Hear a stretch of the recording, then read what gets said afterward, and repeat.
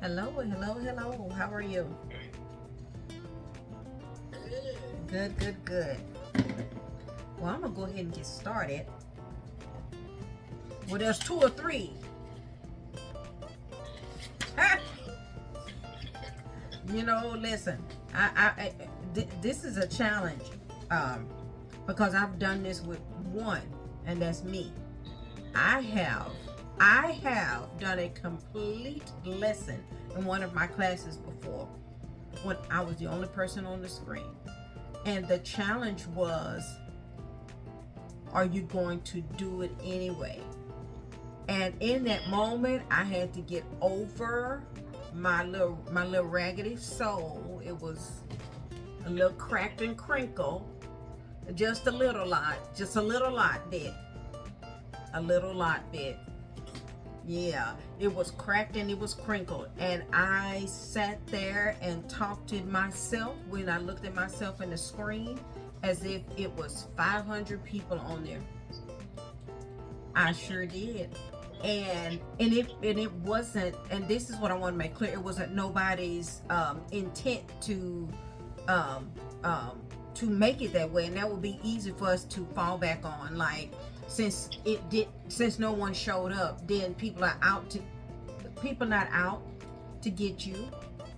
It just happened to be that on that day everybody had something else that was already pre-planned, and what I wasn't going to do was reschedule. And people have the right to make a choice based upon what they're going to commit to or not. And listen, just like you're choosing, people have an ability to choose as it relates to whatever you're doing. So when we take these things personal, we do ourselves a disservice by assuming that we're in a bad place and we're not. And so whenever it's one person, I'm good because I've already overcame no one. And so anything above that is good. If you can still continue to do whatever it is that God told you to do and nobody responds, then you've already won. Because you've outdone the odds of what if nobody show up? Well, nobody showed up actually happened to me twice. The second time it was easy. I knew exactly what was happening. I was being tested. If ever I was in like a final exam of that level, I did it anyway. I mean, and let me tell you, that lines up with exactly what I wanted to talk about. The pre-connect little statement. I had posted on one of my, right after the event over the past weekend, and I wrote, God honors our preparation.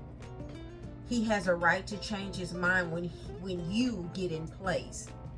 Follow him and not what you prepared. And that was what happened over the weekend. And so I was speaking from a place of experience, because I don't know, God with his happy self likes to mess with me sometimes, and I be all prepared, and I get my notes together and I study and I get it. I mean, I be together. I mean, dotting every I and crossing every T. And when I get in position to speak something or share something, or just in that moment, dude, I'm like, wow, God, these things not funny. He will change the whole dynamic. And I'm like on the I want to say on the edge of, what are you going to tell me to say? Because what he normally does is block out everything that I prepared and I can't remember. I'm like, these are the games that we play, sir. We don't have to. But apparently it's a thing. And until he changes that, I must continue to prepare, hoping maybe this time he won't change his mind. But it's not necessarily him changing his mind for me. I understand the principle of it based upon who obeyed on the other end. Who showed up in the room will determine what God says, and not what he and I shared. So whatever me and God converse, that's our relationship. We're just conversing.